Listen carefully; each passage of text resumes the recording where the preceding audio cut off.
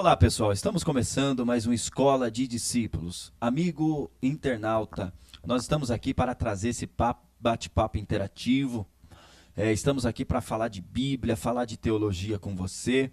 Você que não teve oportunidade previamente de estar assistindo às nossas aulas, acesse o nosso canal no YouTube, Escola de Discípulos, a nossa página no Instagram. Queremos agradecer a todos que curtiram a nossa página, a todos que visualizaram os vídeos, comentaram. Que Deus abençoe a todos.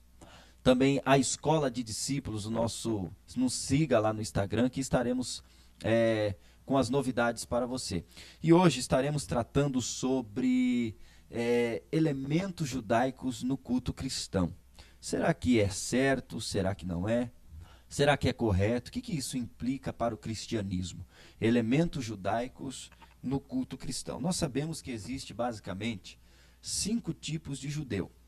O judeu ortodoxo, o judeu liberal, o judeu ateu, o judeu cabalístico e o judeu messiânico. E para nós falarmos de usos ou adereços de utensílios judaicos no culto cristão, nós estaremos nos baseando em um texto. Acompanhe conosco. Pegue Bíblia, pegue caneta, chama a mãe, chama o pai, chama o irmão. Vamos conosco, vamos embarcar em mais uma viagem de conhecimento na Escola de Discípulos, né, Evangelista Lucas, Pastor Márcio? A paz do Senhor, Pastor Anselmo, Pastor Márcio, a paz do Senhor. É um prazer, uma alegria estar aqui mais uma vez nesse terceiro bate-papo nosso, né? Estando aí nesse projeto que tem sido uma bênção para muitas pessoas já, sendo edificadas pela palavra de Deus através da Escola de Discípulos. Eu me sinto muito feliz e me sinto muito feliz também em estar agora dissertando esse assunto, que é um assunto pertinente, é um assunto que diz questão e diz respeito ao mundo e ao quadro que nós estamos vivendo na igreja evangélica e na igreja brasileira, a Igreja de Cristo. E nós sabemos que nós estamos enfrentando situações e incoerências, embates dentro deste assunto. Então, à luz da Bíblia, é bom a gente ter o conhecimento sobre aquilo que Deus pensa sobre o assunto e aquilo que realmente a sã doutrina explica sobre o uso dos elementos judaicos no culto cristão. Pastor Márcio. Com certeza. Boa tarde a vocês, boa noite, bom dia, seja lá o horário que vocês estejam assistindo. É um grande prazer sempre. E vamos começar aqui fazendo leitura de textos e falando sobre este importante e relevante assunto. Só lembrando, professor Lucas, professor Anselmo, não temos aqui nenhum tipo de intenção de afrontar ninguém, né? É verdade. Sempre dizemos isso e é essa a nossa linha aqui da Escola de Discípulos, é trazer a luz da Bíblia. Por isso que a Bíblia, de fato, sendo a palavra de Deus como ela é, enriquecedora, luz para nos nortear, não é? Nos dar norte, e nós cremos nela e vamos embasar tudo o que falaremos na palavra de Deus. Não é coisa da nossa cabeça, mas nós não podemos fechar os olhos para aquilo que temos visto na igreja odierna, tá bom? Então, nós vamos começar aqui. O professor Lucas estará lendo aí um texto para que nós possamos prosseguir com essa bate-papo hoje. O texto base para esse bate-papo agora teológico que nós vamos fazer dentro deste assunto que nós vamos abordar é Mateus capítulo de número 5, o verso de número 17. Tá? É o texto que nós vamos utilizar por base e vamos realizar a leitura agora. Não penseis que vim revogar a lei ou os profetas. Não vim para revogar, vim para cumprir. Glória a Deus. Amém. Olha que texto importante. Não cuideis que vim destruir a lei ou os profetas, não vim abrogar, mas cumprir. Primeiramente, é interessante que quem está falando isso aqui, pastor Anselmo, é Jesus. Próprio Cristo. Tá? Mateus foi quem escreveu. Mas quem foi que disse, Lucas? Foi Jesus. Jesus. E é interessante que nós, partindo dessa premissa de que foi Jesus que disse, vamos só entender que Jesus foi quem dividiu a história. A história é dividida em antes dele e depois dele. Ele é o marco zero da questão de divisão, não é? E mais do que divisão, dentro de um contexto que é o seguinte: quando nós analisamos a Bíblia Sagrada, escute isso. todo o Antigo Testamento, os 39 livros do Antigo Testamento, é uma sombra do Novo. Certo. Certo? A Torá, o Pentateuco, os livros históricos, os profetas, poéticos, todos eles apontavam para quem? Jesus, para Cristo, o ungido, o Messias de Deus. Nele converge todas as coisas. Nele converge todas as coisas. Então, veja que ele recitou dizendo que ele não veio para destruir, né, a lei ou os profetas. Não, ele não veio para anular. Ele veio para cumprir, Lucas. E quando essa palavra que do grego aí é plerosai, não é isso? Vem dessa aí, que literalmente significa encher ou completar. Ou seja, o Antigo Testamento não é nulo. Deus inspirou seus autores, Deus revelou a palavra, a história, inclusive os encheu do seu espírito para profetizar a respeito de Jesus, e eles, todos os profetas do Antigo Testamento, falaram sobre ele e não viram. Supostamente, vamos colocar aqui uma situação, que poderia ser aqueles profetas mentirosos. Cara, vocês não profetizaram? Mas nem eles sabiam quando viria. Né? Então veja que eles apontaram. Quando termina o Antigo Testamento com Malaquias, 430 anos aproximadamente antes de Cristo, ainda teve o período interbíblico, intertestamentário, 4 séculos. Depois Jesus vem, nasce de uma virgem, aquele negócio todo tranquilo. Aí ele vem, aí vai revelar o seu ministério no seu 30º ano de vida. Não é isso? É. E começar a dissertar. E quando ele fala isso, ele veio dizer o quê? Eu vim encher.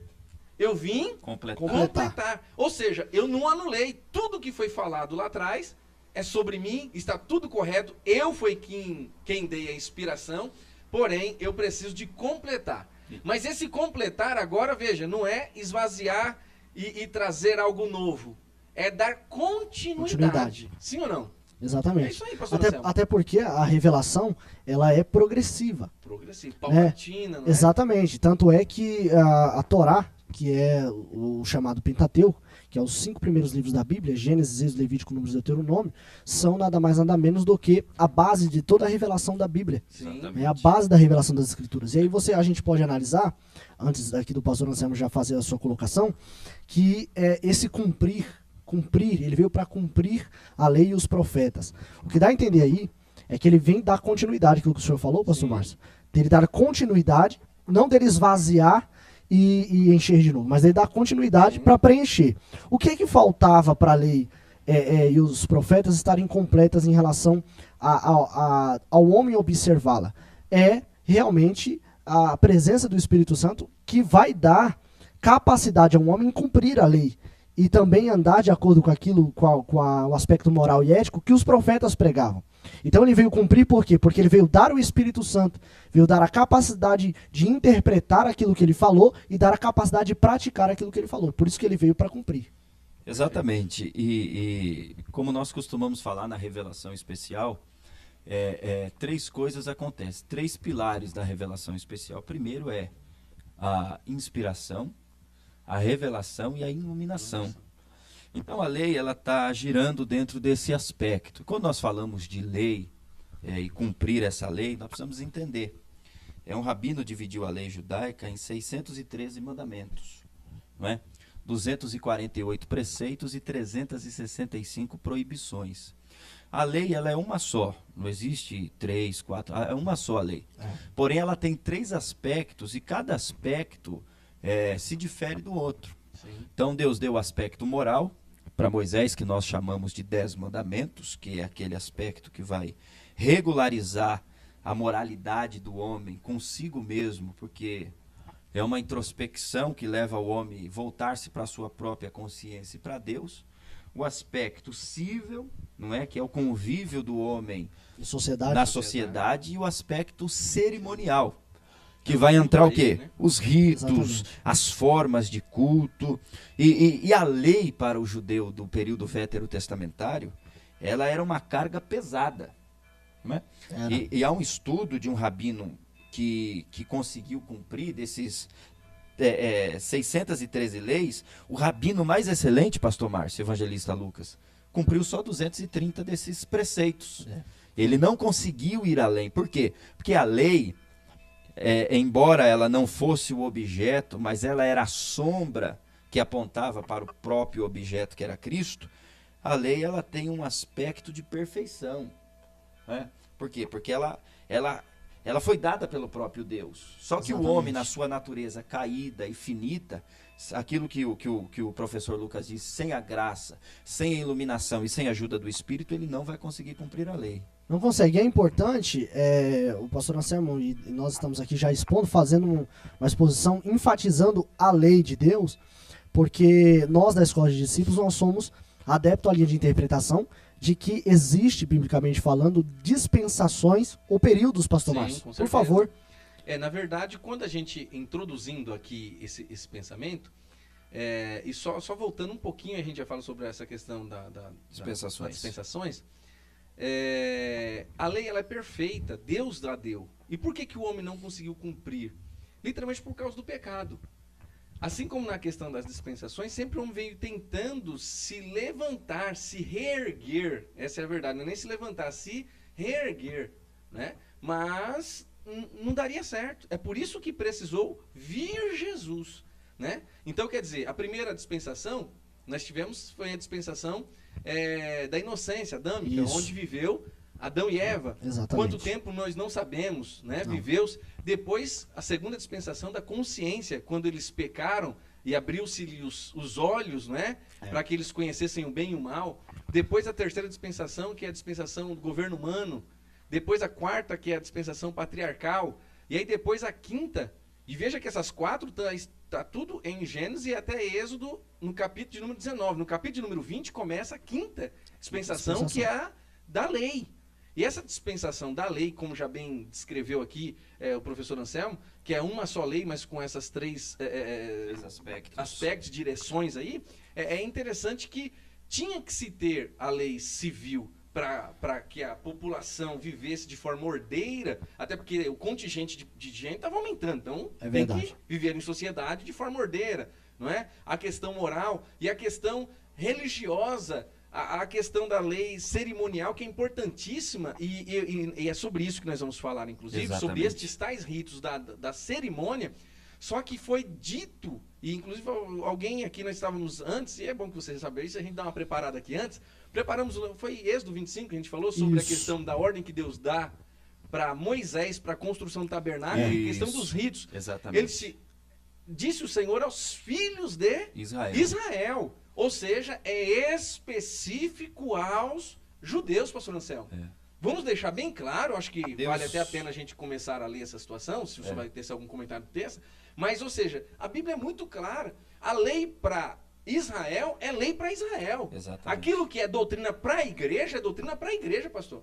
Tá certo? Em Êxodo 25, 8, Deus diz a Moisés: "E me farão um santuário para que eu possa habitar no meio deles." Nós vamos...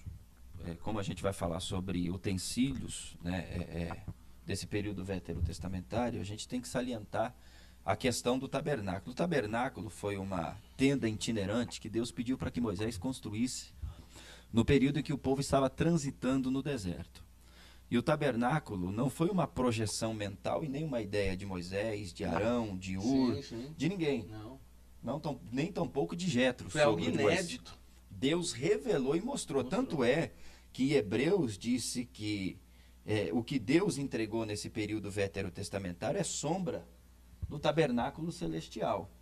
Então Deus literalmente mostrou para Moisés no monte as medidas, os materiais e a forma com que esse tabernáculo deveria ser construído. Então o tabernáculo ele foi construído de 3 tipos de material: o material mineral, o material orgânico e o material animal. Então o tabernáculo ele tem ordem mineral, ele tem ordem orgânica, que são os elementos que Deus pede para o povo trazer como oferta voluntária para a construção dessa casa, né? E aí nós vamos desenrolar. Fale um pouco aí sobre o tabernáculo, Lucas. É importante salientar dentro dessa questão da ordem de Deus em Êxodo capítulo 25, no verso 9, que ele diz assim: "Segundo tudo o que eu te mostrar para modelo do tabernáculo e para modelo de todos os seus móveis, assim mesmo fareis."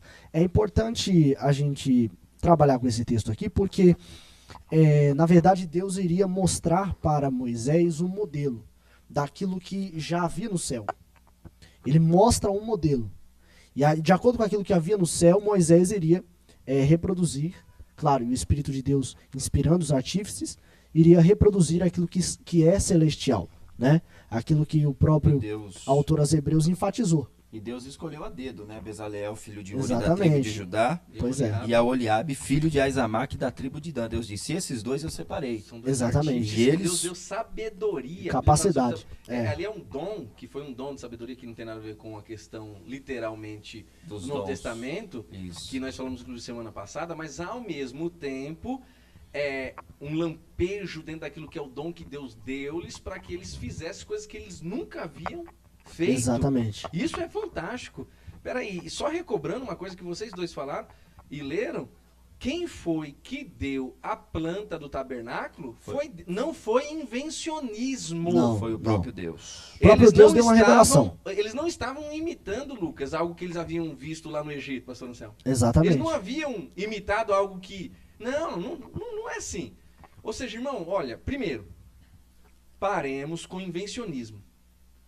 Tudo que quer se colocar de novidade para o culto cristão hoje é invencionismo. Exatamente. O que passar daquilo que a Bíblia diz e do que a Bíblia diz no Novo Testamento como ordem de culto. Não é porque mas está na Bíblia isso aqui. Mas no Antigo Testamento se referindo a Israel, aos judeus. Exatamente. Nós não somos judeus, meu irmão.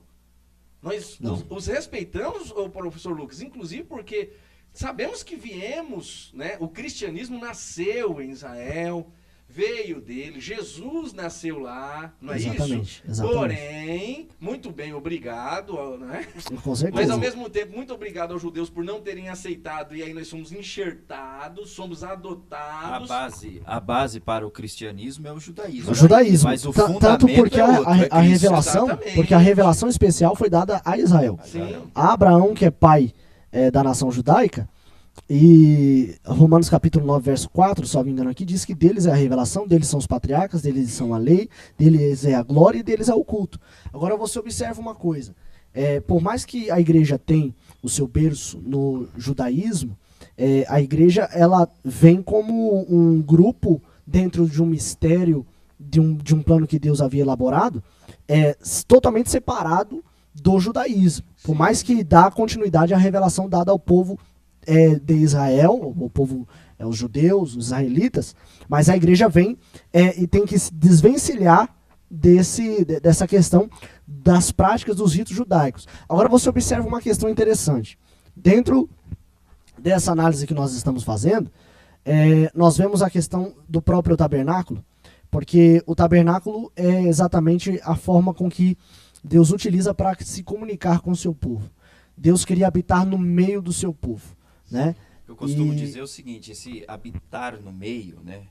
Esse estar presente, não é só que Deus queria sentir, não é só para o povo sentir a presença de Deus. Era Deus sentir a presença do povo. Também queria sentir a presença do povo e o sacrifício do povo. Exatamente. É um relacionamento. E a gente vê essa questão desde Gênesis, do relacionamento, Deus querendo se relacionar com o seu povo. O tabernáculo também é um exemplo disso. Agora, quando nós falamos do tabernáculo, nós precisamos entender o seguinte, Deus se manifestava através de uma nuvem de glória. Sim. Essa nuvem de glória, no hebraico kavod, que não é Shekinah, não é Shekinah, porque Shekinah a gente vê em nome de igreja, a gente vê Shekinah em nome de grupo, eu também não estou querendo atacar, eu estou mostrando a verdade, eu não estou querendo atacar ninguém aqui, eu estou mostrando a verdade, porque Shekinah não está no original hebraico. Shekinah não é uma palavra bíblica. Exatamente. No original hebraico. Shekinah é uma palavra desenvolvida pelos rabinos a partir do século 13 depois de Cristo. Os rabinos desenvolvem essa palavra com base na palavra hebraica Shahan. Shahan significa habitação, tá? Que é uma palavra hebraica no contexto bíblico que ela é apresentada. Shekinah não. Shekinah não existe. Até porque se existisse Shekinah, a expressão e a pronúncia está errada porque teria que ser Shekhinah, né? Mas enfim, só que a glória de Deus vinha sobre o tabernáculo, pairava sobre o tabernáculo, e Deus se relacionava com o povo dentro do tabernáculo. Claro que dentro da revelação divina, nós vemos o tabernáculo sendo dividido em 3 compartimentos, ou em 3 partes. Átrio, lugar santo e lugar santíssimo. Exatamente. O Lucas falou interessante sobre a questão da cabote, da glória, ou doxa em grego, né, Lucas? Em grego, glória é doxa. Doxa. E essa questão da glória é muito séria, pastor, porque a glória, ela é diferente de algo assim simplificado. Nós estamos tratando da glória de Deus. O próprio Deus. Exatamente. E a glória, quando se manifestava, o povo não ficava em pé. Sim. A glória causava um impacto tão grande que muitos Ele se caíam prostrava, diante dela, né? se Caía, prostravam. sim. Ezequiel foi um. Né? Sim. Quando ele viu a glória, ele Exatamente. se prostrou com o rosto e Deus disse: Filho do homem, põe-te em pé e falarei contigo. É Porque verdade. Ezequiel estava caído ali, Não, ele viu a não. glória. Ele viu a glória, ele viu a Muitos glória. pregam também esse contexto de forma errada. Sim. Exatamente. Mas o Lucas falando sobre o tabernáculo, irmãos, para mim, na minha concepção, professores, o tabernáculo, ele no período veterotestamentário, para mim, ele é a maior revelação, tanto tipologicamente, figurativamente, que nos leva ao plano da redenção, Sim.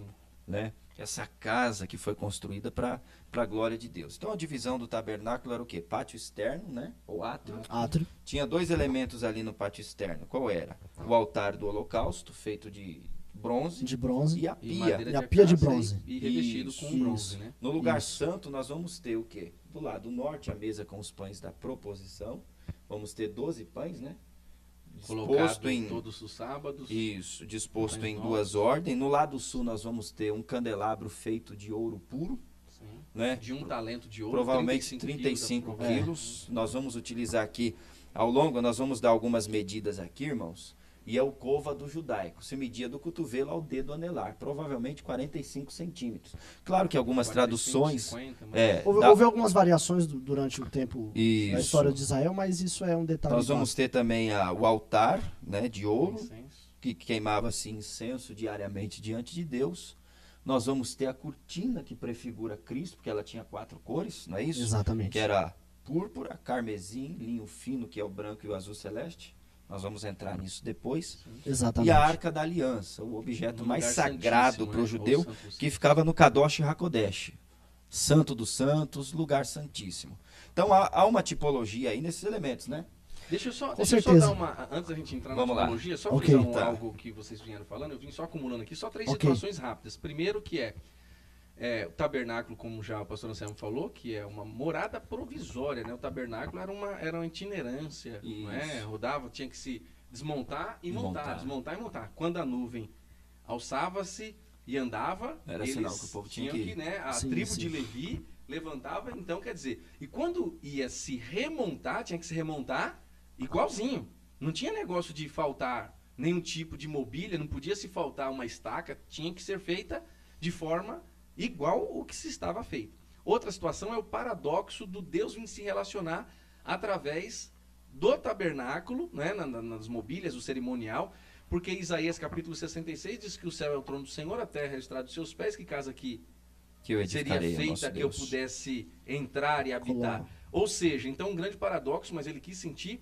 E só um texto aqui, deixa eu fazer só uma menção de Efésios, capítulo número 3, o versículo de número 8, 9, 10 diz o seguinte, ó: a mim, Paulo dizendo, Efésios capítulo 3, verso 8, a mim, o mínimo ou o menor de todos os santos, me foi dada esta graça de anunciar entre os gentios, por meio do evangelho, as riquezas incompreensíveis de Cristo. Tá, verso 9.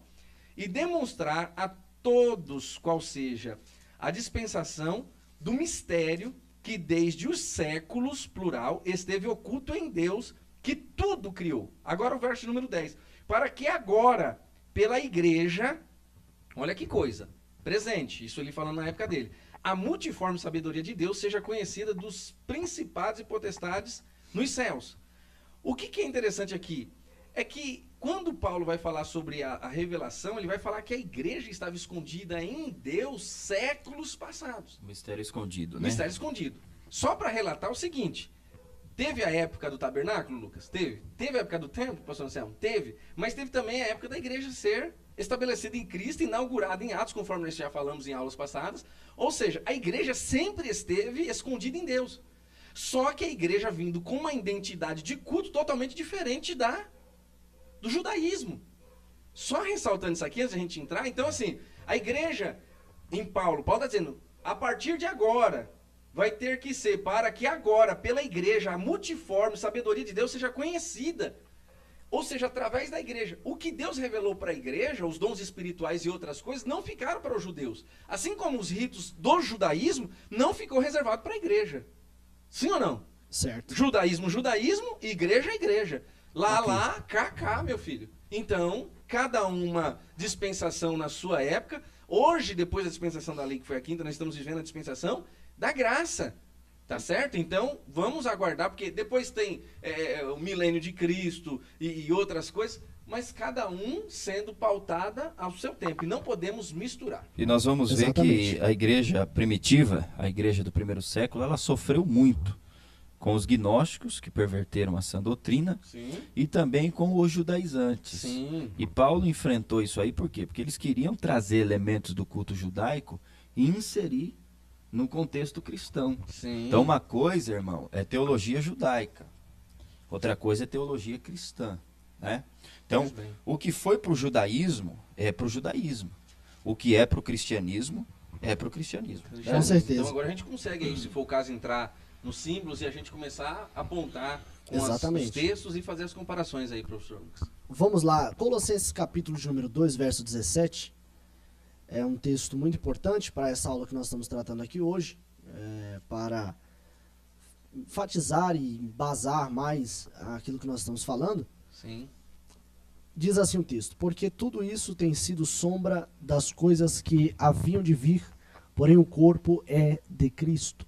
Então, quando nós estamos aqui entrando agora no tabernáculo, falando sobre os utensílios, os elementos do tabernáculo, nós estamos enfatizando a questão de que estes símbolos, esses elementos, esses utensílios, ou essas mobílias, elas projetavam algo que haveria de vir. Paulo enfatiza e utiliza esse termo sombra, porque, na verdade, era sombra daquilo que haveria de se manifestar. A sombra não é o próprio elemento em si, ou não é a própria realidade em si, mas ela aponta para aquilo que é a realidade. Então o tabernáculo, na verdade, era a sombra daquilo que haveria de se manifestar. Principalmente o fato das suas mobílias, de cada utensílio, expressar uma realidade espiritual que nós vamos aqui enfatizar um por um, para que você possa compreender, tá? Então, partindo desse pressuposto de Colossenses capítulo de número 2, verso 17, e partindo do pressuposto também de Hebreus capítulo de número 10, verso 1, claro que pode haver divergência em relação à autoria da carta aos Hebreus, que isso é uma longa discussão, mas enfim, eu sou adepto à interpretação de que foi Paulo que escreveu, e por isso eu acredito que há aqui uma questão de se unir à linha de raciocínio, à linha de pensamento, e utilizar também esse termo sombra. Sombra é aquilo que aponta. Agora você observa, partindo desse pressuposto, pastores, de que o tabernáculo, as mobílias, os utensílios, serviam de sombra para apontar as realidades espirituais que haveriam de ser cumpridas em Cristo. Nós temos primeiro, dentro do tabernáculo, no seu primeiro compartimento, o átrio. Dentro do átrio, nós temos ali duas mobílias, e a primeira que a gente quer enfatizar aqui é o altar do holocausto. O altar onde se fazia sacrifício, onde se apresentavam os animais para serem sacrificados. Dentro do aspecto dos 5 tipos de ofertas que existiam, como é mencionado no livro de Levíticos, nós tínhamos aí a oferta de holocausto, a oferta de manjar, nós tínhamos a oferta pacífica, a oferta pela culpa e a oferta pelo pecado. Assim, os 5 tipos de ofertas que são mencionados aí no livro de Levíticos, que era apresentado no altar do holocausto, e quem fazia esse sacrifício era o sacerdote, que fazia a intermediação entre o judeu, o israelita e o próprio Deus. Olhando para o holocausto, olhando para os elementos que eles eram feitos, né, os materiais que ele foi realizado, que nós mencionamos aqui, a madeira de acácia revestido de bronze. Quando nós olhamos para este aspecto, nós já vemos que o holocausto, o altar do holocausto, ele aponta para uma realidade. Porque a madeira de acácia, ela expressa exatamente rigidez.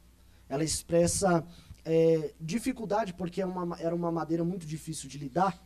E o altar do holocausto, ele aponta realmente para a dificuldade da natureza humana. Sim, porque a natureza humana ela é uma natureza difícil de lidar, é uma natureza complicada, e só o próprio Deus consegue lidar com a natureza humana. E aí nós temos também a ênfase do bronze, que o bronze ele aponta para aquilo que nós chamamos de juízo. É o juízo sobre a natureza humana.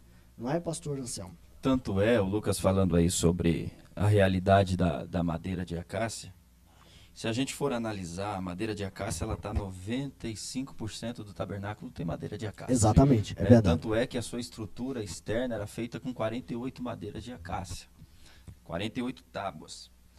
E representando aí esses dois elementos no altar do holocausto, o bronze, o juízo e a madeira, a dificuldade de se trabalhar com a natureza humana, Joseph Angus, um grande escritor bíblico, tanto da flora como da fauna bíblica, ele diz que a madeira de acácia ela é chamada de espinheiro egípcio. Por quê?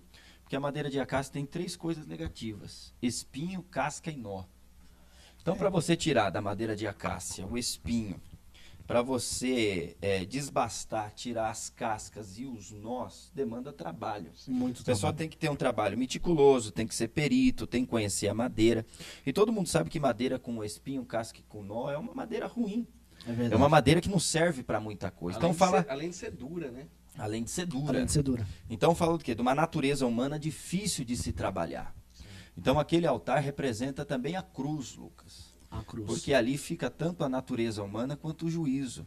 Exatamente. Porque Cristo, ele leva, não é? Ele traz Deus a nós, mas ele também nos leva até Deus. Sim. E para vencer o pecado, dentro do aspecto soteriológico, tinha que ser um verdadeiro homem. Sim. E Jesus, ele tinha o quê? 2 naturezas, a humana e a divina. Né? As 2 naturezas, elas não eram misturadas, mas elas eram unidas, formando assim aquilo que ele era, uma única pessoa. Exatamente. Então ele era homem e Deus ao mesmo tempo. Então o altar do holocausto fala de cruz, fala de alguém com a natureza humana recebendo o juízo Recebendo divino, o juízo divino, que que é o cálice. que é o cálice. O cálice que ele mencionou, dizendo que ele iria beber do cálice, ele pede para que o pai afastasse o cálice, e é um cálice que a ira de Deus se encheu. Ali não é medo da morte, vamos corrigir Não, isso aqui. Não, Tem pregadores jamais. que, dentro daquele contexto, diz que Jesus estava com medo de enfrentar a morte. Quer dizer, Não. João Batista, que era seu primo, 6 vezes mais velho, havia sido decapitado e agora ele estava chorando com medo lá no Exatamente, Getsemane. exatamente. Não, cálice na Bíblia é juízo. Tanto Juízo. é que a gente vai ver 7 taças da ira em Apocalipse. Então, é exatamente isso que eu ia falar, porque é o seguinte, Jesus ele recebeu a ira de Deus, o cálice amargo do sofrimento, do pecado, ele recebe sobre si, e ele recebe exatamente para que a gente não viesse, ou para que nós não viéssemos a receber. Só que ele recebe em nosso lugar o cálice amargo do sofrimento do pecado, do juízo do pecado sobre ele, para que nós não viéssemos também a experimentá-lo. Só que se a gente rejeitar a obra dele, existe 7 que serão derramadas Exatamente, sobre o planeta. Você termina por causa de um recebendo outro 7. Outro 7. Então, e a questão do altar... E o 7 é a assinatura de Deus, né? Exatamente, vem com a perfeição de que já está Deus que tá chancelado julgando. que você foi julgado Exatamente. e não há quem possa mais te Exatamente. absorver dessa situação, não existe mais advogado. E além dessa questão interessante que vocês já colocaram, tem a questão do altar ser literalmente a primeira mobília, então fala de uma entrega, certo? Fala Exatamente. de entrega e de queimar tudo aquilo que é pecado.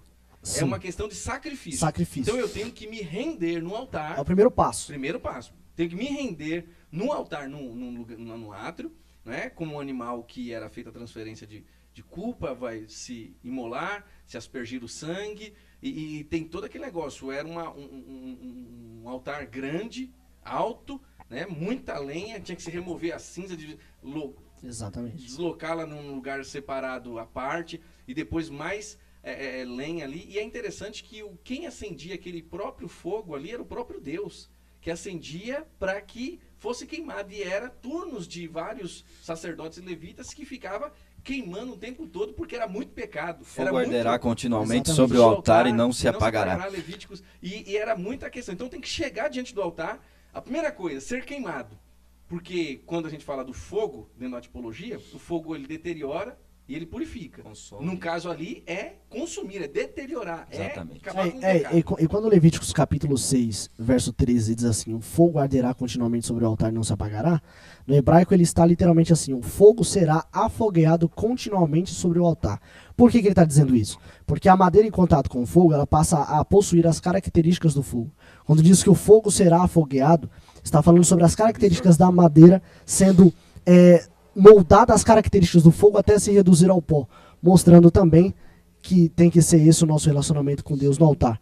Nós temos um relacionamento tão contínuo com Ele que nós acabamos de ter e absorver as suas características. Ou seja, quem vê, no caso ali, o fogo, já nem via supostamente a madeira, é só o fogo. Exatamente. A madeira foi envolvida, compenetrada no fogo. Exatamente. Então, por isso que ela arde. Eu só quero fazer uma colocação aqui, amigos professores. Estamos falando do altar do Holocausto. É bom a gente lembrar que tudo ali está carregado de tipologia bíblica.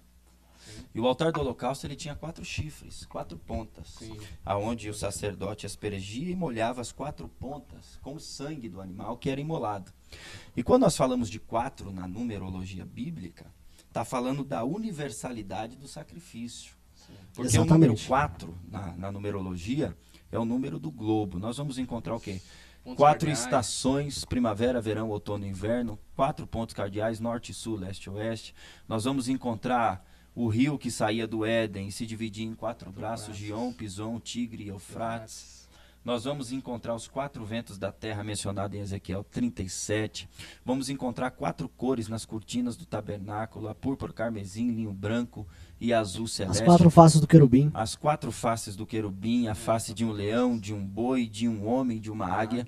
Nós vamos encontrar os 4 lados da ceia, porque a ceia também tem 4 lados, deixa isso para uma outra oportunidade. Tem os 4 lados da cruz. Os 4 evangelhos, Mateus. Primeiro 4. lado da ceia, vamos lá. Primeiro lado da ceia é introspecção, lado de dentro. Cada um examine-se a si mesmo. Lado de fora, eu só posso cear se eu estiver em paz com os meus irmãos.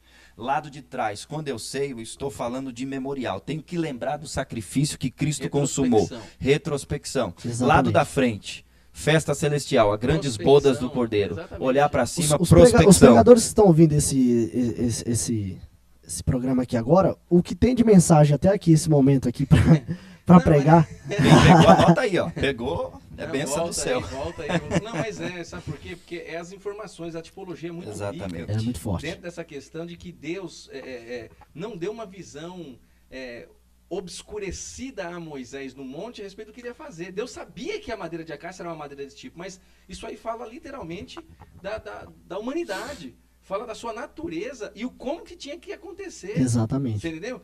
E sem contar, deixa eu só, talvez a gente ir um pouco lá mais na frente, mas ao mesmo tempo correndo. E quem fazia esse sacrifício era o próprio sacerdote, né? Com a ajuda do levita. O corre. Só que ele tinha que fazer primeiro para ele. Exatamente. Então, Não, Hebreus diz que quando ele Jesus acordava... é o sumo sacerdote, porque ele é o sacerdote que tinha que fazer, ele tinha que fazer primeiro para ele, Exatamente. depois dos outros. Por isso que é um negócio... Porque antes de começar o serviço do tabernáculo, os sacerdotes eles faziam primeiro uma série de fatores para que a cerimônia iniciasse. Sim. Ninguém poderia chegar lá com sacrifício Preparação.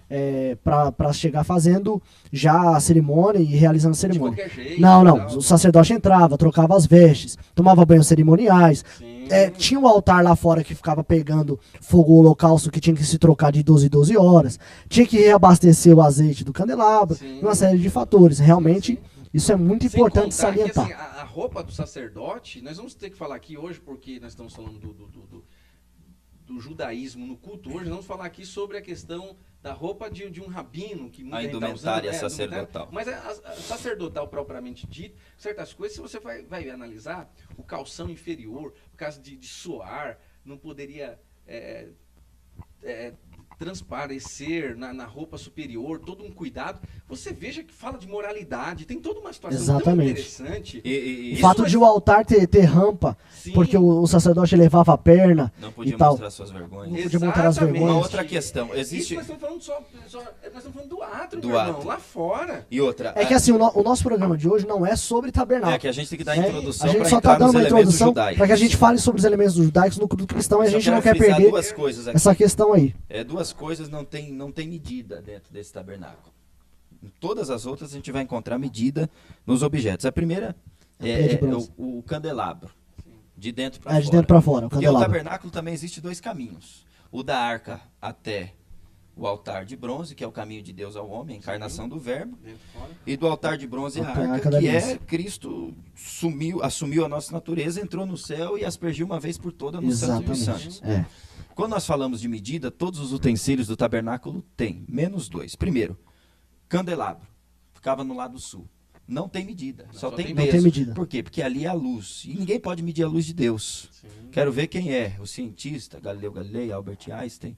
Quem é que pode medir a luz de Deus? Não pode. Ninguém. Não É dá. inacessível. O outro elemento que não tinha medida era A pia de bronze. a pia de bronze. Por quê? Porque tinha água. E água fala da palavra. Ninguém mede o poder da palavra. E nem a santidade de Deus. Só que era o seguinte, essa pia de bronze, antes do sacerdote lavar-se para acessar o lugar santo, ele se olhava, porque ela era polida. Ou seja, como é que eu estou diante de Deus antes de entrar no lugar Não, santo? ela era polida e o material de bronze feito, Deus falou assim, tira do material de bronze Espelho. feito dos espelhos das mulheres. Espelhos. Ou seja, Olha, era algo que dava, no Reflexo. máximo, dentro daquele contexto que já era, a gente já falou isso em aulas passadas, por mais complexo que fosse se olhar, mas do espelho das mulheres era os mais bem polidos. Exatamente. Para literalmente trazer uma nitidez, Nitidez. a imagem. no máximo que se podia dentro daquilo. Não, é aquilo que o senhor falou, pastor Márcio, essa questão da tipologia, ela é muito forte É forte. em todos os utensílios. É isso. E às vezes tem um utensílio só que ele resume todo o plano de salvação, que é a própria pia de bronze. Tá, Própria e pia aí de vamos só fazer uma aplicação aqui bem interessante. Certo. E que a gente já falou, mas olha assim. O Antigo Testamento, 39 livros do Antigo Testamento, veio para nos mostrar um espelho, mas mostrar o quanto nós estávamos sujo, Sim. mas não podíamos Limpar. limpar. Por isso que é uma sombra também. O Novo Testamento, com a dispensação da graça que Jesus a inaugurou, e nós estamos inseridas nela, Jesus cabalmente, não apenas depois do Antigo Testamento mostrou o quanto nós estávamos sujos, mas agora ele nos limpa. Nos limpa. E nos limpa através da sua água, da água que purifica. Exatamente. Então isso tem tudo a ver e é interessante, só talvez dando uma saidinha assim, bem pouca, mas só pra gente já voltar, com essa questão de olhar, a questão da água, a questão do bronze, a própria ovelha, por que ela gosta de água calma? Que ela olha na água, ela tem que ver o seu reflexo. Se ela vê uma água Turva. corrente, turva, e coisa, ela se amedronta. Ou seja, isso tem tudo a ver com olhar. Por que a Exatamente. ceia, Paulo recomenda fazer o quê? Eu olho para a sua vida e você olha para dele e a gente começa a apontar um para o outro. Não, é Não. isso? É a gente olhar, Examine-se. introspecta. É Fazer aquela uma visão. procura, Olha pra uma si procura mesmo. interior. A Né? O procura. texto, o grego, o examinai, o examine-se o homem, é fazer uma procura, uma análise meticulosa, Minuciosa. minuciosa. Isso é interessante É, porque o interior. homem só se conhece quando ele olha para dentro de si. Sim, então Exatamente. veja que é interessante. Então não basta ter o espelho que só te mostra, mas tem que ter o que limpa. O que limpa. Jesus veio para fazer isso. Agora- Então por isso que ele veio, só voltando aqui, É. encher, completar. Tá sujeira? Agora eu vou trazer Exatamente. vou trazer o sangue, vou Não, trazer então, a água, vou trazer... exatamente o que o senhor falou, essa questão da tipologia, porque às vezes um utensílio só vai revelar todo o plano de salvação, um utensílio só. Sim. Por exemplo, a própria pia de bronze, porque Sim. ela era feita de duas peças, porque havia a haste que sustentava a pia, havia a pia que era encaixada na haste, ou seja, a haste, que é a haste perfeita, que fala da cruz do Calvário, que sustenta a obra de purificação do Espírito Santo na vida da igreja. Certo. Então, olha como que é profundo essa questão, olha como que é forte tudo isso. Não é verdade? Agora, se a gente for ficar aqui, Lindo, gente, lindo. se a gente Glória for Deus, entrar... olha um amém. Manda ele dar Glória a um amém. Deus. Dá um amém, pessoal. Dá um glória a Jesus aí, porque ele Glória a É merece. muito forte, é muito Se a forte. gente for entrar e sintetizar peça por peça, nós vamos ter que fazer uma Fazer um aula programa só extensa isso, é. só do tabernáculo. É verdade. Mas para a gente poder aí dar uma resumida, dar uma avançada, porque hoje nos cultos propriamente que se dizem cristãos, nós encontramos muitos elementos judaicos dentro dessas igrejas. Não estamos aqui para criticar ninguém, não estamos aqui como senhores da verdade. Nós respeitamos a liturgia de cada igreja, respeitamos a forma teológica de cada pastor, a forma como ele expõe essa liturgia para os seus congregados. Mas a gente precisa salientar e frisar e mostrar o que a Bíblia diz, pastores. O que a Bíblia diz sobre elementos judaicos no culto cristão? É aquele misticismo de se tocar na Arca da Aliança para receber o milagre, de pôr um pedido dentro da Arca da Aliança. De pessoas que entram, literalmente 4 obreiros numa igreja, como eu já vi, não me contaram, eu já vi 4 obreiros entrarem com uma arca, né, numa igreja e o povo ficar assim, Abismado. alvoroçado, meu Até irmão. chora e quer tocar. Meu irmão, não faça isso não. E quando a gente fala não faça isso aí, por respeito à palavra, existe uma verdade. frase que diz o seguinte: a Bíblia hoje está sendo mais lapiada, mais degradada pelos seus expositores do que pelos seus opositores. Exatamente. Quando a gente pega alguns expositores supostamente bíblicos, biblicistas, pastores, que vão literalmente arruinar a palavra de Deus com estas questões, meu irmão, a gente não temos como concordar com uma situação Tem uma dessa. frase que diz o seguinte, que o diabo ele nunca é tão perigoso do que quando ele está com o microfone na mão. Sim. E é interessante, porque a gente utiliza aquele texto assim, ó, que o meu povo perece por falta de conhecimento, o meu povo é destruído por falta de conhecimento. É importante salientar que a gente enfatiza esse texto, mas a gente não continua a leitura dele. Sim, porque olha o que ele diz, ó, o meu povo está sendo destruído porque lhe falta o conhecimento. Porque tu, sacerdote, rejeitaste o conhecimento, também eu te rejeitarei.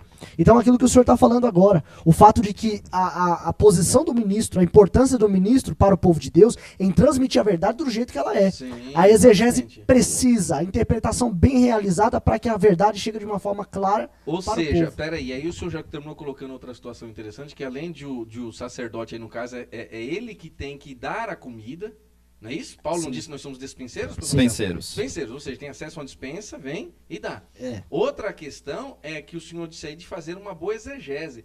Exegese é extração. Extrair. Estão Sacar. fazendo exegese, que é inserção, colocar no texto. Então, vamos criar juízo. Eu acho que Vamos isso está Jesus aí. implícito na frase de Paulo a Timóteo dizendo assim, procura apresentar-te aprovado diante de Deus como obreiro, que não tem que se envergonhar, que maneja bem, não é só manejar, é manejar bem, é interpretar bem, é analisar bem. Manejar, cortar retamente, uma linha reta, Exatamente. cortar direito, fazer o que tem que ser feito. Então a verdadeira arca esteve conosco, a verdadeira arca andou no nosso meio, aquela que é o próprio Deus, né? A arca da aliança tinha madeira de acácia, fala da natureza humana de Cristo, e ouro, revestida de ouro, porque fala da natureza divina. Divindade. Por dentro e por fora, a arca da aliança, ela era feita de ouro, ou revestida de ouro, por quê? Porque o ouro fala de riqueza, realeza, valor inestimável, preciosidade, fala de glória. Beleza, Então Jesus glória, era isso aí. tudo isso, ele era rei, ele verdade. tinha a glória de Deus. Então esse negócio de colocar a arca da aliança no meio da igreja, irmão, isso não está no contexto E bíblico. me permita aqui, sem nenhum tipo de... Por favor, vamos olhar no olho aqui. Querido, se fosse para fazer algo desse tipo, fizesse pelo menos, porque tem uns querubins que colocam no propiciatório, que nem um pombo parece com Foi engraçado, Me pastor desculpem. Márcio. Não, eu já vi uns querubins aí. Só misericórdia. Não, uma tinta... Irmão, vai pecar. Ele tá mais para papagaio do que para querubim. Vai pecar. Peca direito, né? E outra O questão, estilo. as Desculpa pessoas... a brincadeira. E eu me acho desculpa, mas engraçado. a situação é verdade. a realidade. Eu acho Não, é engraçado. lamentável. Agora, essa questão que o senhor falou aqui, pastor, sobre a arca, existe uma interpretação também pelo fato do seguinte: a gente está enfatizando aqui para vocês agora, você que está nos acompanhando aí na escola de discípulos, você que está conectado agora com a sua Bíblia aberta, com o seu caderno, a sua caneta, Já aprendendo a palavra de Deus, compartilhou? tem que compartilhar. Compartilha aí. Compartilha, fala, chama todo mundo, joga no WhatsApp, no Facebook, que é muito importante a gente ter esse conhecimento. Agora, tem uma interpretação muito importante nessa questão, nós estamos enfatizando aqui como os utensílios apontam para uma realidade maior, o fato de que era como se fosse 3 caixas, uma dentro da outra, a arca. Porque a primeira caixa era de ouro, a segunda era de madeira encaixada na segunda caixa, e a terceira caixa era uma caixa de ouro dentro da segunda caixa. E aí ficava 3 camadas. Ele fala da Trindade, né? Então, não só da Trindade, mas fala do seguinte, porque essa linha de interpretação, dentro dessas 3 camadas, ficava ouro, madeira e ouro. Ouro, madeira e ouro. Dizendo o quê? Dizendo sobre a divindade e Cristo, que é o mistério escondido de Deus desde a fundação do mundo. E é o centro, né? Sim. E é o centro, porque ele está no meio. Está no meio. Uma outra questão sobre a arca também, ali é Deus. Quando nós falamos que a arca tinha 4 lados, está falando sobre as 4 revelações de Deus no Antigo Testamento. Deus como Espírito, Deus como luz, Deus como amor, que a Bíblia diz que ele é amor, e Deus como um fogo consumidor. Hebreus 12, 29. O interessante é que a arca ela tinha Argolas. 1,5 côvado de altura. Eu pensei que você ia enfatizar as argolas É. agora, mas já você vai Isso. enfatizar. 1,5 côvado de altura por 1,5 côvado de largura. Se a gente medir 1,5 côvado de altura por 1,5 côvado de largura, são 3 côvados. E 3 é o número da Trindade. Deus estava ali, né? A gente vai ver o propiciatório, os querubins e o sangue aspergido. Agora fala das argolas. Então, a argola simboliza aliança. A argola, ela fala da eternidade. A argola, ela não tem começo e não tem fim. Literalmente nos 4 cantos. Deus preenche Exatamente. tudo, né? Agora enfatizando isso, pastor Márcio, falar sobre o fato de que isso na igreja agora, enfatizar isso na igreja, Vamos enfatizar essa questão de judaísmo na igreja. Primeiro falando da igreja de Colossos, o fato de que existe uma prática judaica, porque assim, como se identifica um judeu? Tem 3 pilares que identificam um judeu como ele de fato é. Primeiro é a questão da circuncisão. Segundo, o judeu ele guarda o sábado. Terceiro, ele não come carne de porco. Agora você observa, são 3 coisas básicas, são as 3 coisas básicas que identificam um verdadeiro judeu. Agora, dentro da igreja de Colossos, tanto da igreja de Gálatas, e o pastor Márcio também vai falar mais sobre isso, da igreja de Colossos tinha o fato de que estavam se enfatizando a aceitação do cristão diante de Deus ou diante de Cristo pela circuncisão da carne. Sim. Ou pela circuncisão, né, que é realizada no órgão masculino a partir do 8º dia, representando a aliança entre Deus e Abraão e os seus descendentes. Sim. Então aí Paulo ele enfatiza de uma forma maravilhosa, mostrando que era só sombra. Por quê?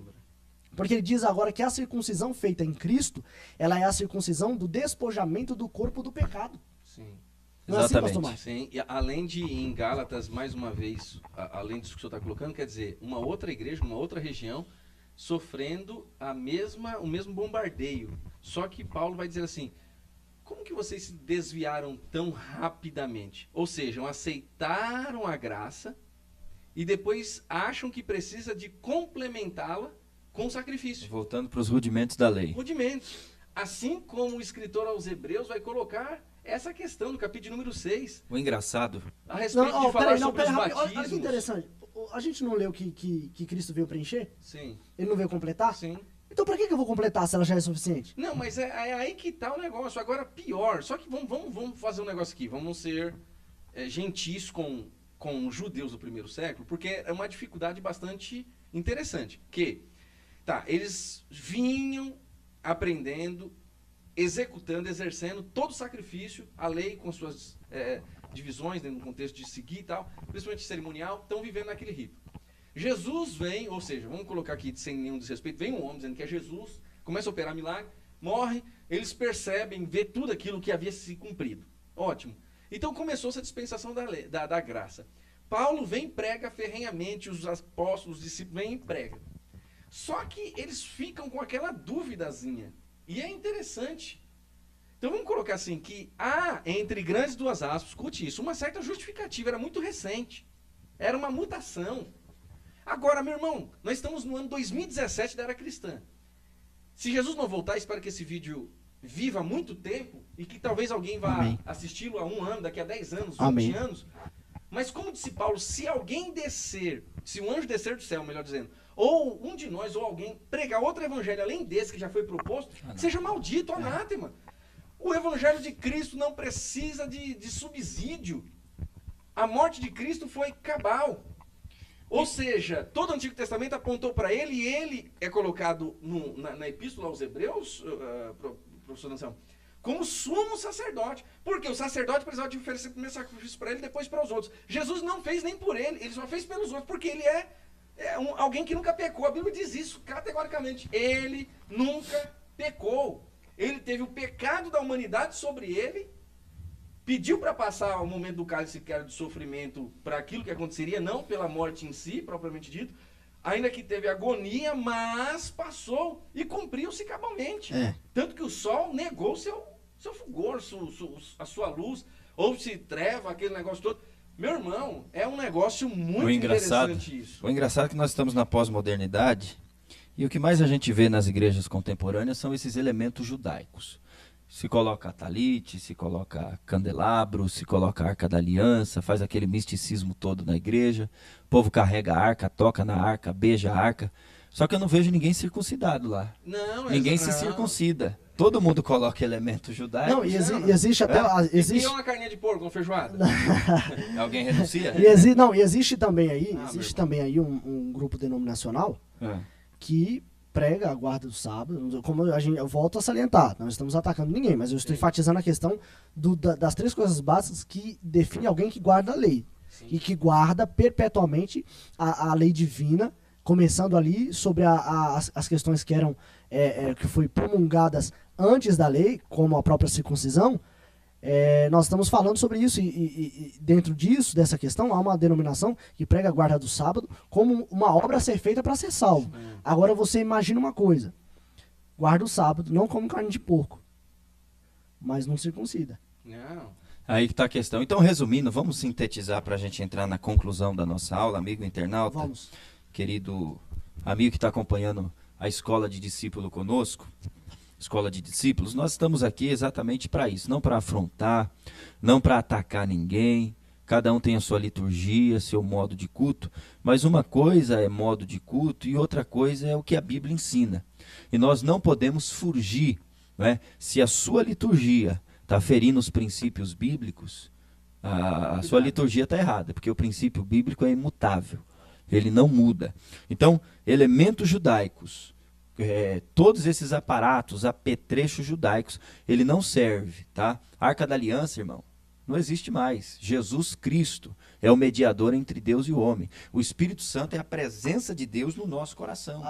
Então, só enfatizando uma coisa, o próprio nome do projeto é a Escola de Discípulos. Exatamente. Discípulos, tem o termo grego para discípulo é matetes, que enfatiza o quê? Alguém que está aprendendo no presente. Ou seja, nós somos eternos discípulos, porque nós progressivamente aprendemos sobre Cristo todos os dias. Então nós estamos aqui para aprender. Agora, só enfatizando uma coisa. Até quando é prejudicial o elemento judaico no culto cristão? Até quando? Até que momento? Até porque eu acho que isso vale a pena a gente ressaltar e gastar mais um tempo aqui falando. A gente já falou das mobílias da arca em si, mas a gente caminhar porque a gente colocou algumas outras questões aqui. A gente precisa de pontuar, pastor Anselmo. Por exemplo, até onde vai ferir e até onde é salutar. Onde é salutar não existe nenhum tipo de salutariedade. Tá? Eu acho que assim, vamos só colocar. Uma coisa se for ter lá na igreja, supostamente, certo, como enfeite, certo, tem lá. Mas agora, a gente não pode... Só que aí a gente atribuir poderes a... Isso, né? Mesmo ali, assim, eu não vou criticar se eu for pregar numa igreja e tiver uma Arca da Aliança. Mas a questão é o seguinte, quando nós falamos de fé, para mim, é confiança inabalável no caráter de Deus. Certo. E fé é crer no invisível. Eu não estou vendo, mas eu creio. É a definição exata de Hebreus, capítulo 11, verso 1. A fé é a certeza das coisas que se esperam e a prova das coisas que não se vê. Então, a partir do momento que eu coloco uma Arca da Aliança, automaticamente alguém que vê, parece que está atribuindo a ela algum tipo de... Está conferindo àquele objeto algum tipo de poder. Então é a mesma coisa de você colocar uma porta sagrada e mandar o povo passar por baixo da porta. Por mais que a intenção não seja adorar a porta, mas o dia que tirar aquela porta da igreja, o povo vai achar que o culto está incompleto. Então é melhor nem ter. Né? O culto está incompleto. Tá, mas então é melhor não ter. Mas deixa eu falar, mas um chofar, tocar um chofar, no horário do culto, tocar aquele chofar, aquele... desde um que, chifre de desde que a intenção não seja atrair a presença de Deus, porque Deus não é atraído por instrumento, Deus é atraído por um coração voltado a Ele. Exatamente. Para atração dentro do culto. Agora, se eu pegar um chofar... Esse termo atrair já é um pouco estranho, porque a igreja tem a presença de Deus dentro de si. Como que eu vou atrair algo que eu já tenho? Exatamente. Então, quer dizer, eu não preciso exatamente... Se o Espírito Santo mora, habita comigo, em mim, eu não preciso de chofar para atrair ninguém. Então, como se ele fosse uma energia cósmica que vai descer e se manifestar no culto. Ele tá lá. Chofar, deixa quieto. Tá, agora, e mezuzá?